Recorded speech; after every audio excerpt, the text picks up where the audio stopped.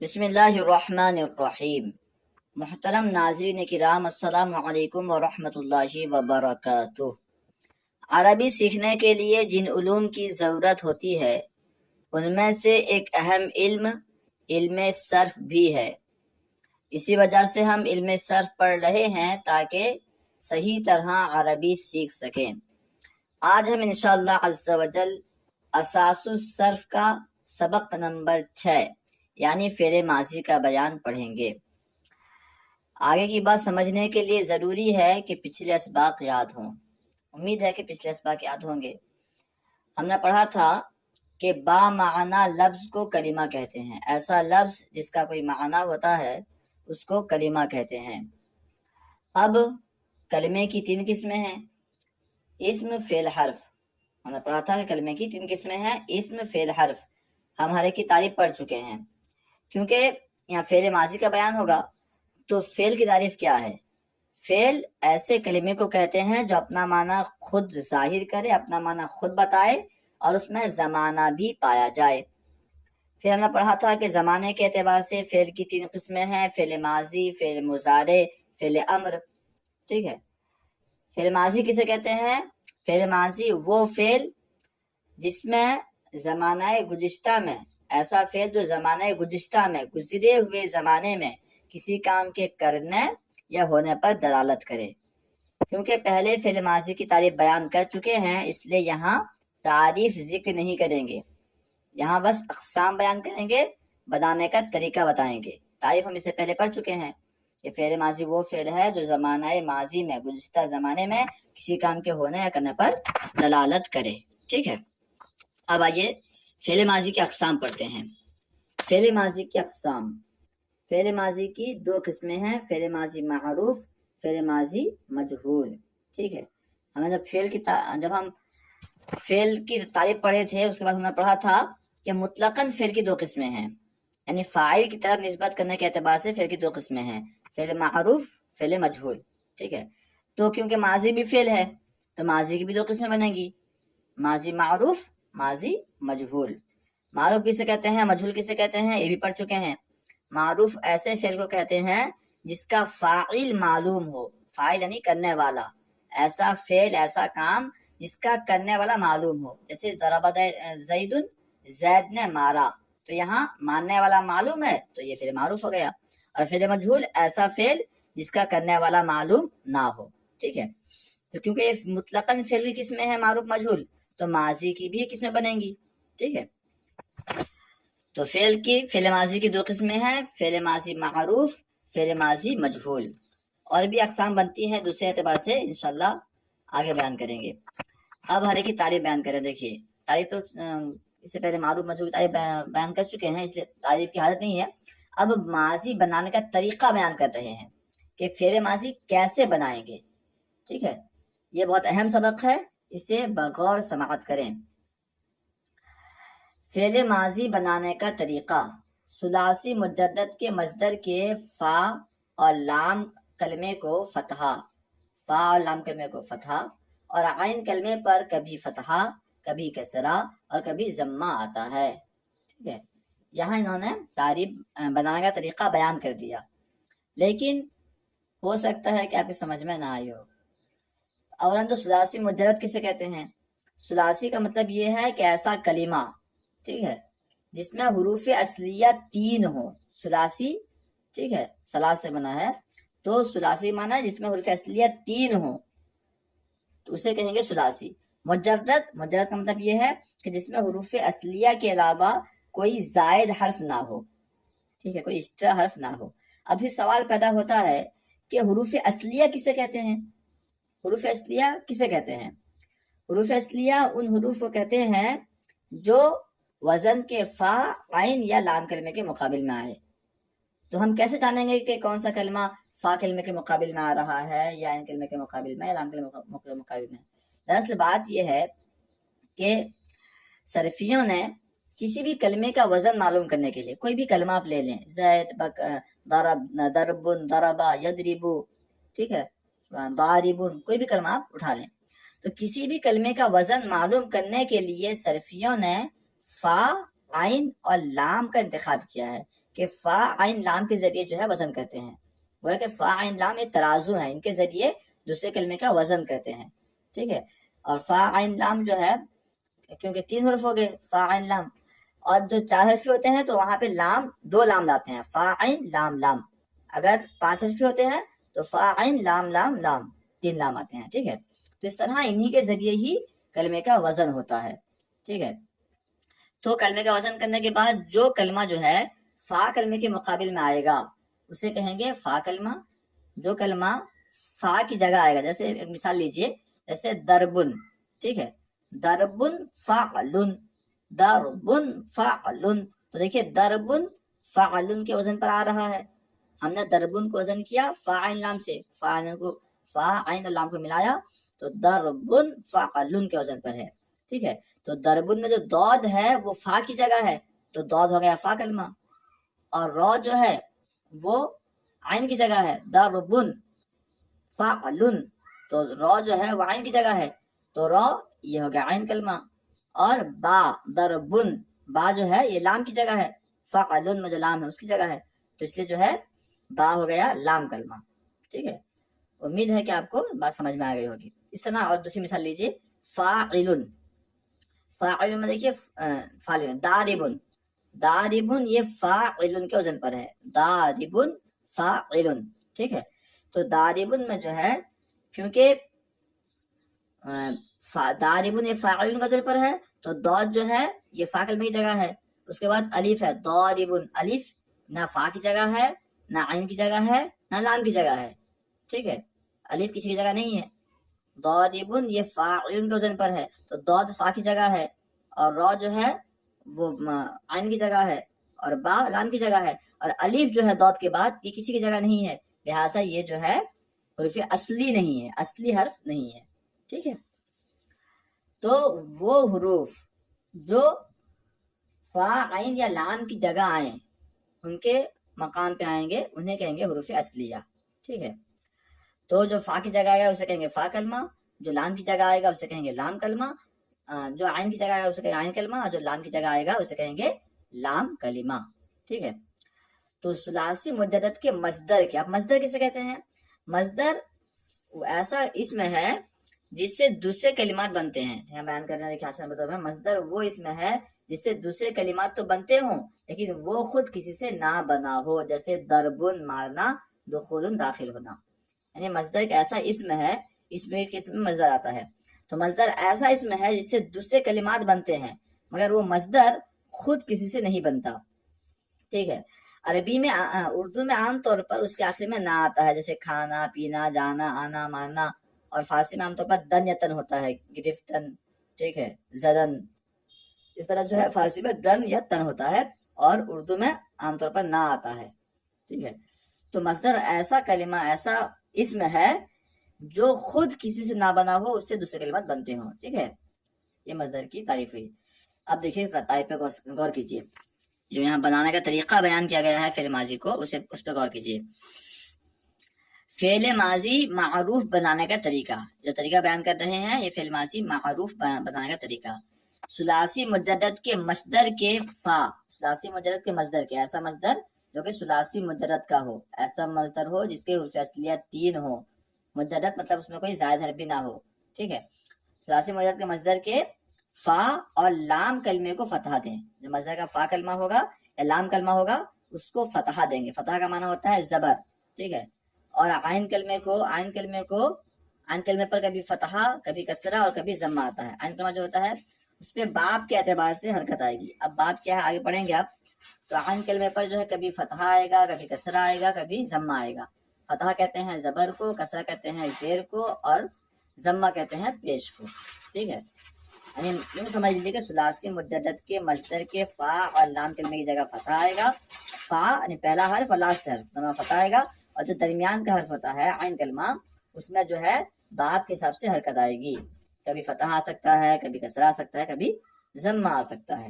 جیسے ضربہ، دیکھیں ضربہ میں ضربہ بنا ہے دربن سے بنا ہے. کس سے بنا ہے؟ اصل دربن سے. دربن مصدر ہے تو ضربہ اس سے بنا ہے.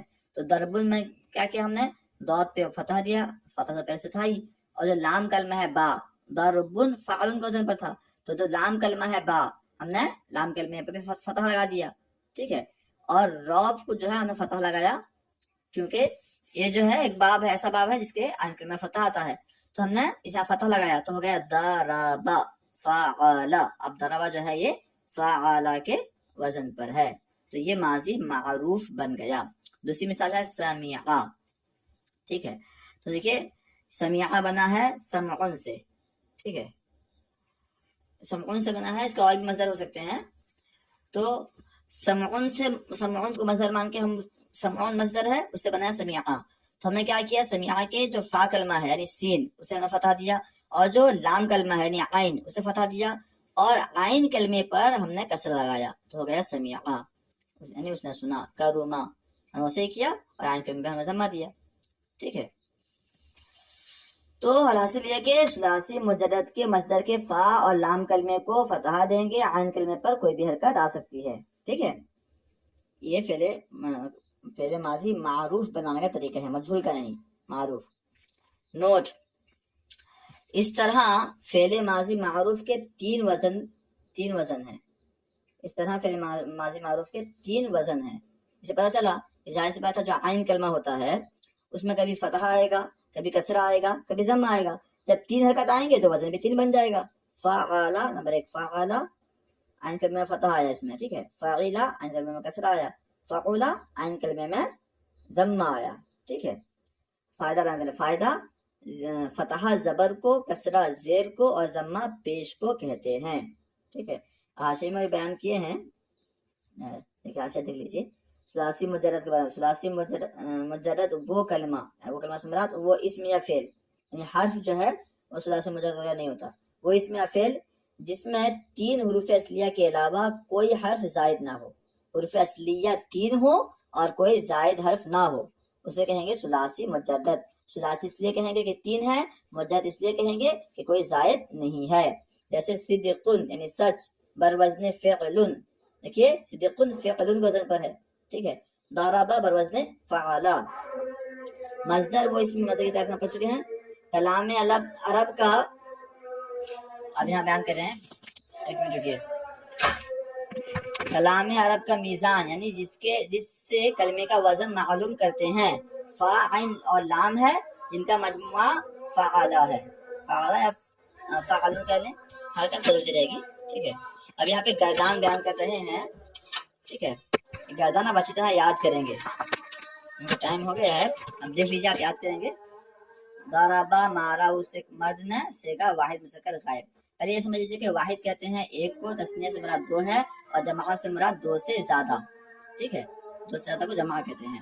اور جو بات کرنے والا ہے اسے متکلم کہتے ہیں، اور جس سے بات کیا جائے اسے مخاطب کہتے ہیں یا حاضر کہتے ہیں، اور جو سامنے موجود نہ ہو جس کے بارے میں بات کی جائے اسے کہتے ہیں غائب، ٹھیک ہے.